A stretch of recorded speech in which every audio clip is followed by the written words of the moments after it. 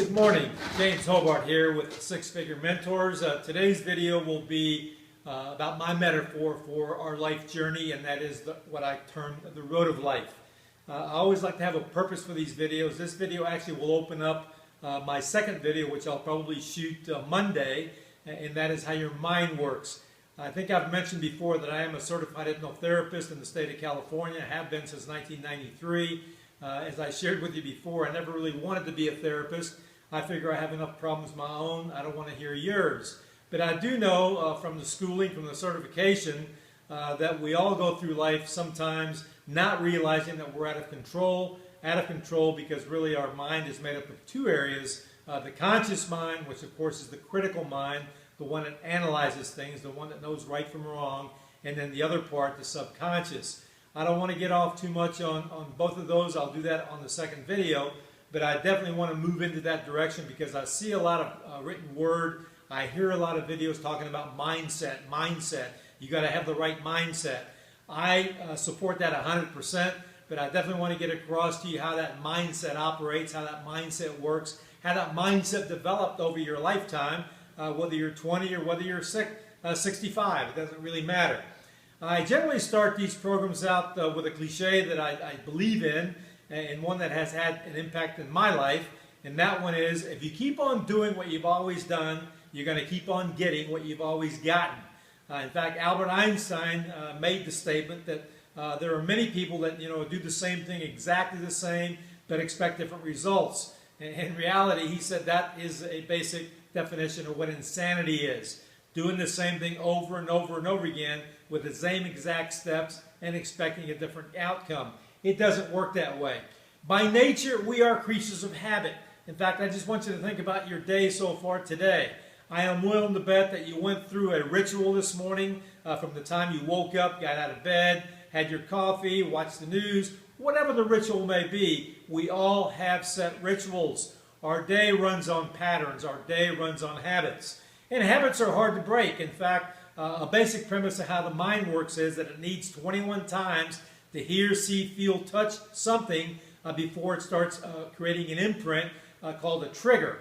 The trigger literally is a sheet of paper, I call it a file, that can grow and will grow the more you're around that same subject and the more reinforcement you have supporting that one trigger. So again, in order for things to be different, we literally have to create change. But I got to tell you that change to a human being is the hardest thing to do because where I haven't gotten yet into how the mind operates, your subconscious mind literally is about 88% of your capacity.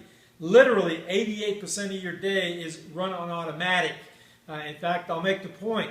How many of you have been driving down the highway or the roadway sometime and kind of looked up and thought, oh my gosh, how did I get here?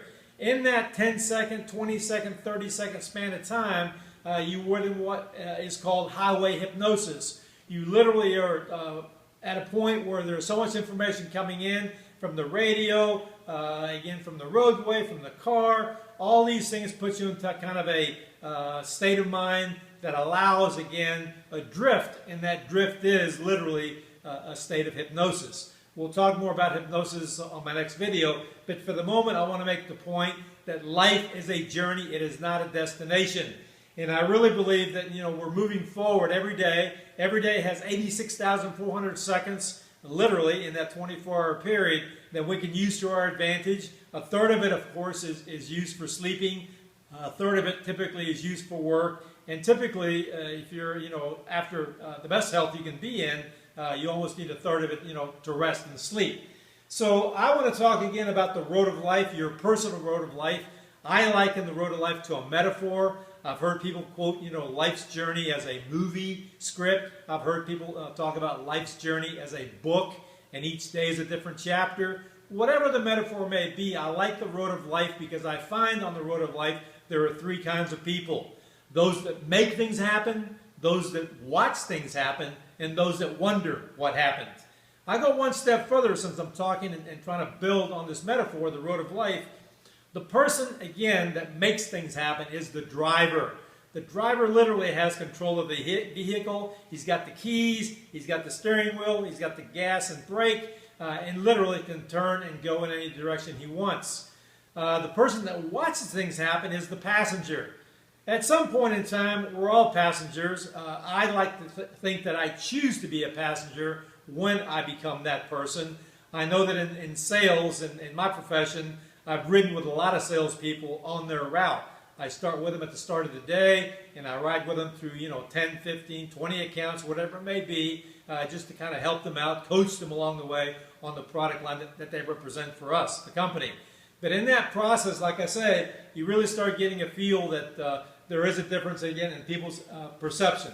So the metaphor again, going back to the three people, is that the passenger chooses to be that person that just sits there and watches things happen. Nothing wrong with that. When I detail with salespeople, that's my choice. The third person, the one that wonders what happened, is the backseat driver. Always, screaming out, do this, do that, stop, turn, but literally have no control of the vehicle. The only one that has control of the vehicle and accepts that responsibility is the driver. So again, instead of that old cliche, if you keep on doing what you've always done, you're going to keep on getting what you've always gotten. I like to think on the road of life that I'm not comfortable with that statement, and that I like to fit it to change road conditions, because the road of life is not a straight road. In fact, I actually have a handout, and I'll just put it up here for the moment. I again liken the road of life to 100 years. 100 years is probably a little too long, since the average human in America passes through at 77.8 months. And so again, a 100-year road of life is a long road of life. But it makes the point that again, our first third of that, in fact, from the time you're born through your early 20s, you literally are being educated. You're being educated on what life's all about, again, what relationships are all about, where you fit, how things fall in place for you based on decisions you make. But overall, like I said, the road of life definitely has a starting point. I liken the road of life to just a major highway. Major highways have on-ramps and have exits. The on-ramp, of course, is when you were born. The exit is when you pass through. And again, none of us knows exactly when we pass through. We hope and pray that we hit the 100, and more people are hitting that mark because of technology, medicine, better nutrition, whatever. But overall, I'd like to again point out that the road of life is twisty, it's full of potholes, it's full of obstacles, but these are the road conditions we encounter daily on that metaphor, a roadway that we're traveling. We know that in America today, the infrastructure definitely needs rebuilding. We got bridges collapsing, we got highways full of potholes, etc., on and on. But at the end of the day, like I say, whatever your road of life conditions are, you've got to get through them, because again, we're moving forward into tomorrow. I always believe that happiness is not about having money. Happiness is about being balanced in three life areas. I call it mind, body, spirit. Mind, I collect thoughts on as related to my prosperity. The body, of course, is the self, and your spirit are relationships. On the road of life, priorities change. Again, decisions are made, goals are set differently. And bottom line, there are many examples I could go through. When you get married, you accept somebody else's life to be part of yours. Responsibility changes completely on that road of life. A new job, a new business venture, of course, gets you into a whole new set of roadway dynamics. But at the end of the day, I like to make the point, too, that life is nothing more than a memory, or again, a series of memories. If I ask you right now what you did immediately as you got out of bed this morning, you've got to think about that for a second and pull it up as a memory. Even, what happened 5 minutes ago, you've got to literally reconstruct in your head what that image was, what you were doing. So life is nothing more than a memory, and I think, like I say, that once you get used to the old cliche, today is the first day of the rest of your life, you realize that semantically that is correct. But at the same time, like I say, you can't get back what's already taken place today. I'm in the great state of California, live in Ventura, right on the water. I've been up now for roughly 4 or 5 hours. So again, a lot's happened in that short time. I'm now making this video, which again adds to that overall amount of experience. If we don't take care of today, we slack on today, tomorrow's not going to come in the way we thought it would.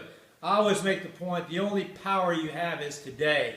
In fact, there's a great book out, I forget the author, I have it right over there, called Now, that really develops that concept to the fullest.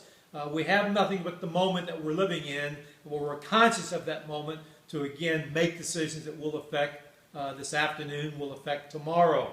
So overall, there is power in the present moment, and tomorrow, again, is nothing more than an expectation. So we're all about, again, pulling in new information. Those of you that are on here in my group or the company's group, the Six Figure Mentors, took this, on as a challenge, took this on as a new direction in your career, took this on as a way of, again, combating the reality of the economy. But at the end of the day, I think, you've got to be able to, again, take that information and reinvent yourself. If you aren't reinventing yourself daily, you're not doing your job as well as you could. I know Stuart brings in a lot of these topics very well when he speaks and on his videos, but I'd just like to make the point from, again, a hypnotherapist standpoint, someone that has the ability to, again, help you with self-esteem issues, with confidence issues, with phobias, all the things that, again, have been programmed into your mindset over a lifetime of experience. When I develop the Mind Theory Monday, I'll get a lot deeper into, again, how that all evolves, how that all plays out, and, again, why you are today who you are, again, based on your back road experience all the way from birth forward. So overall, I want you to have a hard look at your reality. I want you to, again, accept the fact that, hey, maybe things aren't perfect. Maybe things could be a lot better. That's one of the reasons you watch videos like this. That's one of the reasons you join companies like the Six Figure Mentors. You're looking for a new direction. You're looking for income. You're looking for stability. You're looking for security. Sometimes reality today doesn't allow those things to happen as it used to in the past. And so, again, a key point. The next point is how to accept responsibility for yourself.